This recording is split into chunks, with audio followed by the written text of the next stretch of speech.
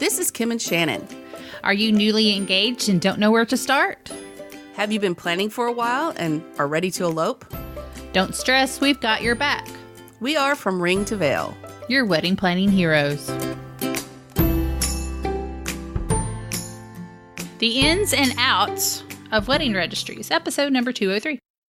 Did you know that we have timelines and checklists just for you? To get started on your wedding planning process, go to fromringtoveil.com/checklists to find 25 plus pages of checklists, timelines, guidance on how to get started on this wedding planning adventure. $3.99. Click the link right there in your show notes. It'll take you right there to it. Have you joined our super secret society? Nah, it's not really that secret. But it's our From Ring to Veil wedding planning community. You answer a couple of questions and you get all of this information from vendors and past brides and us and future brides, all wanting to ask questions and get answers, and you can too. Search us on Facebook, the From Ring to Veil Wedding Planning Community. Join us and go over to our Facebook page and like us there too. Have you subscribed to the show yet? If not, you need to. We're not asking you to do reviews or anything like that. Just go and subscribe in whatever podcasting app that you like to listen to your podcasts on. Today we're talking wedding registries. They may seem antiquated and out of date, but there's a lot of new upgrades on them. Most couples are getting married later in life or have lived together for a while and have no need for a household registry. That's right. But there are now registries for other things besides houseware and linens and tablecloths and all that stuff. So you have to check them out. We're going to go over that, plus where and how to register. First up is tips for a good registry. This is your typical household registry if you're registering for that. You're starting a new home. You don't have all the things that you need or want. So take stock of the items you have and items you need to replace. So if you find that your toaster is all crusty and cruddy and you need a new one, this is a good time to get one. Put it on your registry. Register at more than one store. We recommend one online, one box store, and one specialty store. That way you're not really overlapping everything. Try not to overlap your registries. So if you're registering for one thing, like housewares, at one store, at the other one, register for linens or luggage. Yes, luggage. I don't know why, but I love new luggage. I do too. Keep track of everything because you will need to send thank you notes out for these gifts. They are gifts. They require thank you. And we're trying to bring the thank you note back here from Ring to Veil. It's just proper etiquette. There you go. Proper etiquette. And it's nice. Yeah. It's really nice. We like getting mail. Mm-hmm. It's kind of like getting a review where somebody says, thank you for all that you're doing. That awesome gift you gave me. Mm-hmm. I gave someone an awesome gift at a wedding not too long ago. Haven't received a thank you. Do you want me to send you one? Yeah. Okay. Hey, that nice enamel pot was a huge one. It was heavy. I lugged that thing all the way from Texas to Louisiana. That sucker was heavy. I bet. I needed a thank you note for that. Next. Always check the return policy wherever you're registering. They have time limits and limits on things you can return and things like that. So make sure you check them out thoroughly because, some people buy stuff way in advance and your wedding's not for 90 days. You can't return it. That's if right. It's over, if it's been over a certain amount of time sometimes. So check out all the return policies. Don't add registries to your wedding invitation, and that's the wedding invitation. You can add it to your website. You can add it to your shower invites. You can even add it as a separate little card in your invitation. Just don't add it on your invitation. Yeah. It's not proper etiquette. There you go. All right, moving on. We are moving on to what to register for a typical registry. And this is like a traditional basic, what they've been registering for years now. You're setting up a whole new house. Yes. You've never lived with this person. Tableware. Your formal dinnerware, which is your china. If you don't have heirloom china that somebody passes down, maybe you want some. Informal dinnerware. Just everyday stuff. The Corelle. Get your 4-pack of Corelle dinnerware because those things last forever. They don't break. That's right. And they have some cute designs too. Silverware and flatware, and this includes silverware. If you are going to register for some china, you probably need some nice silverware to go with it. I don't have any. Great Uncle so-and-so might love to buy you that. Or pass on something that he's gotten. So there you go. Don't be afraid to do that. Register for glasses. Tall glasses, short glasses, everyday glasses, bar glasses, wine glasses, iced tea glasses, beer glasses. There's tons of glasses. There are, actually. Coffee cups. And you say bar glasses, there are tons of just bar glasses, depending on what you're drinking. Whiskey glasses. Bourbon. And, it's crazy. So, yeah. It could be a long registry when it comes to glasses. No. All right, we're moving on to linens. So there's sheets and pillowcases, and you could even throw blankets and, things like that in there. Even if you're going to do a whole new bedding suit, you can do that. Towels. I highly suggest this. I love new towels more often than spending 10 years with my towels. I have some of those 10-year-old towels.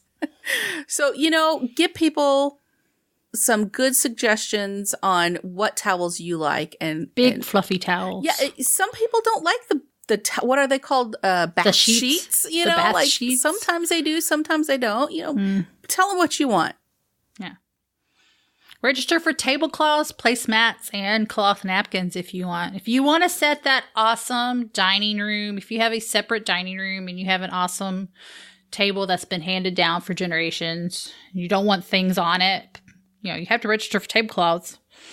Yes. Placemats, napkins, if you want to set that formal table. Informal placemats are great. I've got some sweetgrass ones that I love that I put on my table that just stay there until I move them to put all my junk on the table. Absolutely. Yeah. All right, cook and kitchenware, pots and pans. Oh, pick out your favorite pots and pans. Oh, you will not regret that. Yeah, always make sure you have one cast iron skillet and one cast iron enamel big pot that you can cook chili or stew or soup in. Mm-hmm. Just our recommendation. Yes, absolutely. And I think we listed some of that in one of our previous episodes about registries, what to put on exactly. Let's put a link to that in our show notes. Cooking utensils. Yes. Wooden ones, plastic ones, silicone ones, all kinds of them. Mm-hmm. Electrical appliances. Now, I'm saying KitchenAid mixer. I'm going to say it. I've said it before. I'm saying it again. I love my KitchenAid mixer, and it was given to me as an anniversary gift, and my husband was made fun of by the people he worked with. Hey. But I freaking love it.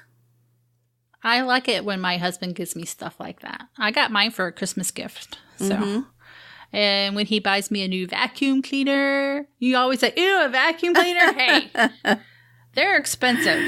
That's right. And they're great gifts. They are great. But the thing is, you're really putting some investment into your kitchen. And that just makes it easier to cook. Mm-hmm. And whatever makes it easier for me, like my Instant Pot, yes, I'm doing that. I love that thing.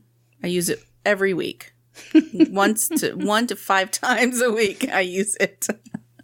I used it Sunday night and Monday night. I cooked a tri-tip roast in it Sunday night. And I cooked rice in it last night. So it's a rice cooker. It could be a slow cooker. It could be a steamer.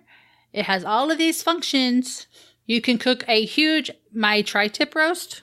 It was 3.5 pounds. Mm-hmm. Cooked it in less than an hour. Hello. Isn't that crazy? Okay, we are not being paid for this, just so you know. We just love it that much. We could do a podcast on the Instapot. That's right. Hey, that's a new idea. Never mind, I'm just kidding. All right, now we're moving on to where to find these typical registries. Department stores. Yes, they're still around. But if you're like any of us recently, you don't really go to a department store anymore. But they're great places to go. They have sections, Macy's and Nordstrom's and JCPenney. And if you're really brave, go to Tiffany & Company. If you know somebody who's, has enough money to get you stuff from Tiffany & Company. Hey, it doesn't hurt to ask. Yeah. Macy's and Nordstrom's, JCPenney's too, they do have a section where you can get formal china, informal dinnerware. Macy's has that awesome cellar section that has all of the good stuff. You go in there and look for all kinds of cool stuff. And that's kind of fun. Yeah. And this is not to say that you have to register for all that, but if you actually really do want to, try these places. Now, the big box stores, Walmart's on the list, but I don't know about that. They do a registry. That's true. That's true. And, with some of their upgraded stuff, it's not bad. They do have all the Pioneer Woman stuff. Oh, do they? Yeah. It's been a while. Yeah. So at Target, of course. Yes. Target, our home away from home. Mm-hmm.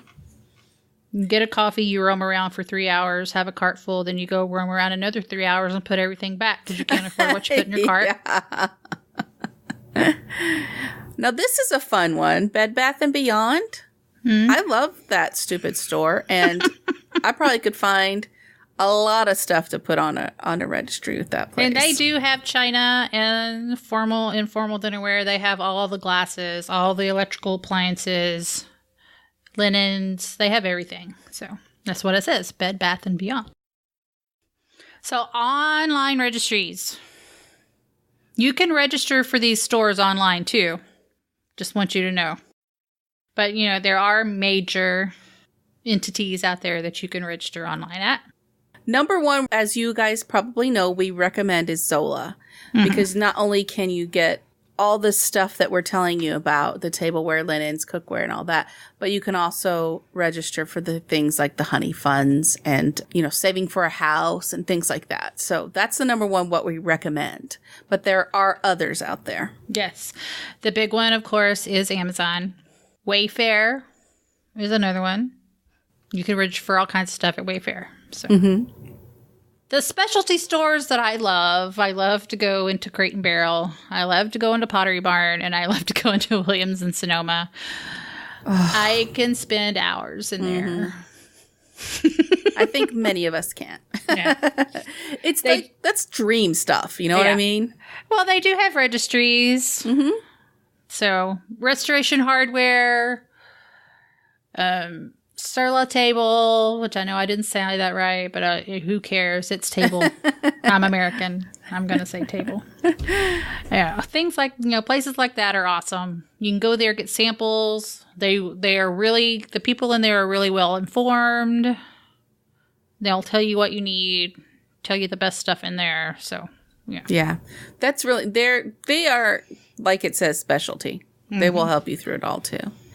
Now we're moving into the honeymoon funds and gift fund sites. So, of course, there's Zola, but then there are other places that you can find some of this stuff. There are gift cards for airlines and hotels and even like Airbnb stuff. Honeymoon excursions. You can register for dinner and drink gift cards if you're going on to like a resort that's not all inclusive. You can say, hey, buy us a dinner out. Let us have alcohol for our whole honeymoon. Right. Drink gift cards. That's funny. Drink gift cards. Also, honeymoon excursions, which I said earlier. They can buy you a ziplining tour if you're going to a tropical locale. Hey, cool. They can do you tours, That's really fun. I really like that kind of stuff. They can add funds for trips and for houses. So if you guys are people who like to travel, set up a fund for that or for your house that you're planning to buy. And a lot of these sites have there where if you're want this one maybe you want that 85-inch 4K HD TV. That's $5,000. Mm-hmm. People can go on there and add money to it, and then you can get it if you get all the money for it. That's right. Those are our tips and tricks and suggestions for wedding registries, the ins and outs right there. Mm-hmm. And since we are talking about registries, why don't we just talk about Zola? Zola is the wedding company that will do anything for love and is reinventing the wedding planning and registry experience to make the happiest moments in couples' lives even happier. Zola makes registering for the newlywed life so easy. Their store has the widest selection of gifts at all different prices. They have over 500 top brands from KitchenAid. You get that KitchenAid stand mixer. There you go. And Cuisinart to Sonos and Airbnb. As you know, Shannon and I have set up a registry and a website because you know they do offer free wedding websites where the registry integrates perfectly.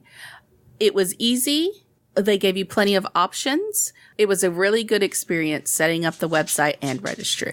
They have helpful tools to guide you through the entire process.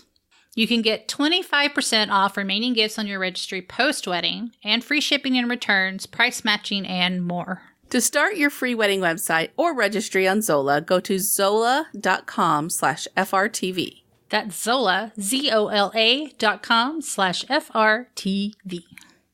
So since we were talking about thank you notes earlier, we are going to reiterate some points for thank you notes. The full episode is episode number 73, How to Express Your Gratitude, specifically about thank you notes. Set aside a part of every day to write thank you notes. And this is specifically after your wedding. Mm-hmm. And you've received all those gifts. Send thank you notes within 3 months of gift receipt, but it can be done up to a year. So if you haven't done it and it's been less than a year, you can still do thank you notes. So you just be patient. You might be getting one. Here are the Emily Posts, and I hope everybody knows who that is. Emily Post is the queen of etiquette. She's the one that actually sat down and wrote down all of these manners and etiquettes that we see today. She's the queen. Mm-hmm. So here are her 10 do's and don'ts for thank you notes. Do personalize your notes and make reference to the person as well as the gift. Just don't send a generic thank you. Your gift was great.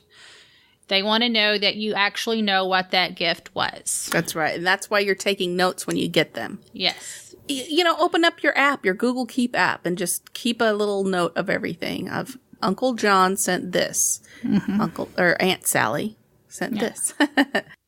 So you write a thank you note. It says, Dear Uncle John and Aunt Sally, thank you for the cast iron enamel pot. I will use it all the time. Because Kim and Shannon say. When I make chili. Number 2, do remember that a gift should be acknowledged with the same courtesy and generous spirit in which it was given. That's just to say that somebody was nice enough to give you a gift. Again, like Shannon was saying, don't just say thanks for the gift. Do be enthusiastic, but don't gush. Avoid saying a gift is the most beautiful thing you have ever seen unless you really mean it. Enough said on that. Number 4, don't send form letters or cards with printed messages and just your signature. Don't use an email or post a generic thank you on your wedding website in lieu of personal notes. That's just impersonal. I mean, and they're saying in lieu of them. So you could do that. You could send an email or put something on your wedding website, but also make sure you send that personal note. Yes. Do promptly acknowledge the receipt of a shipped gift by sending a note right away or calling and following up with a written note in a day or two. Shipping is scary. Sometimes you don't know if it's going to get there. Mm-hmm. So they would probably like to know that you received it. So just, pick up a phone, send an email, send a text, say, hey, I got your gift today. Thank you so much. Then send another thank you note. Just to let them know. I think about that too. I wonder if they ever got that. Yeah. Well, we've had that happen here. Yeah, that's true. That's true.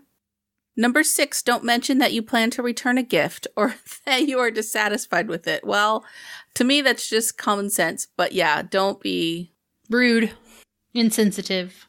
Thanks, but... Yeah. Thanks for the glass unicorn. I will love it all the time. Every day. It's the most beautiful thing ever. Don't tailor your note to the perceived value of the gift. No one should receive a perfunctory note. Yeah, so don't say thank you for the $500 China set. Right. I know exactly how much it cost. Just say thanks for the set of China. It'll add to my great collection. We will use it all the time on Thanksgiving. Do refer to the way you will use a gift of money. Mentioning the amount is optional. Yeah, don't mention the amount. Yeah, I think I'd just be happy with, hey, we're planning on putting this towards. Yes. Thank you for the added funds for our honeymoon. Mm-hmm. Number 9, don't include wedding photos or use photo cards if it will delay sending the note. That's a good one. Yeah.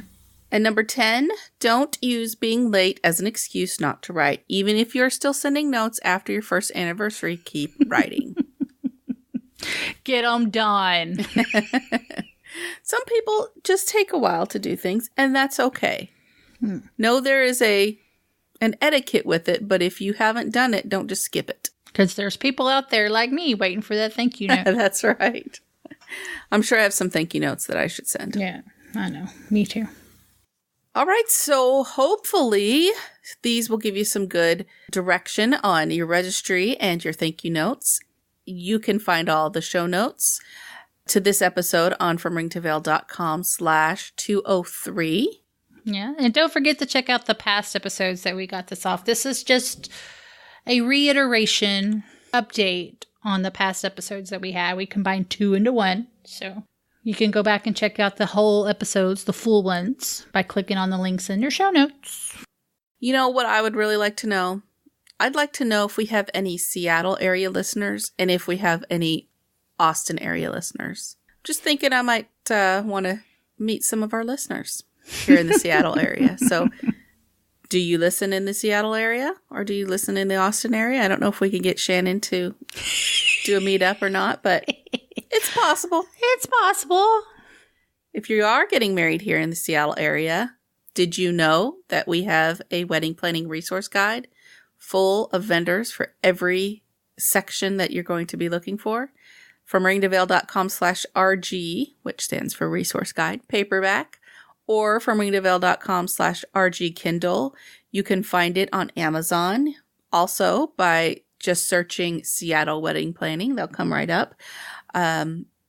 Beautiful, beautiful front cover designed by a local vendor. We really, really love it. Do you want some FRTV swag, or do you have a bridal tribe that you need some shirts for like either your hen do or your bachelorette party or your day of the wedding to get ready? Well, go to fromringtoveil.com/TEE and check out all the choices we have. If you have listened to this whole show and you've not yet joined our Facebook group, you have the opportunity to do so now. You can click the link in the show notes right there in that podcasting app, or you can go to Facebook and search for From Ring to Veil Wedding Planning Community and join us. We have a couple questions. Just answer those and we'll let you right in. Don't forget to subscribe to the podcast. We are almost available everywhere. If you find somewhere where we're not available, send us a note and say, I use this app and you're not on it. So we'll check that out. So until next time, no stress, no worries. Keep calm and listen up. Music provided by bensound.com.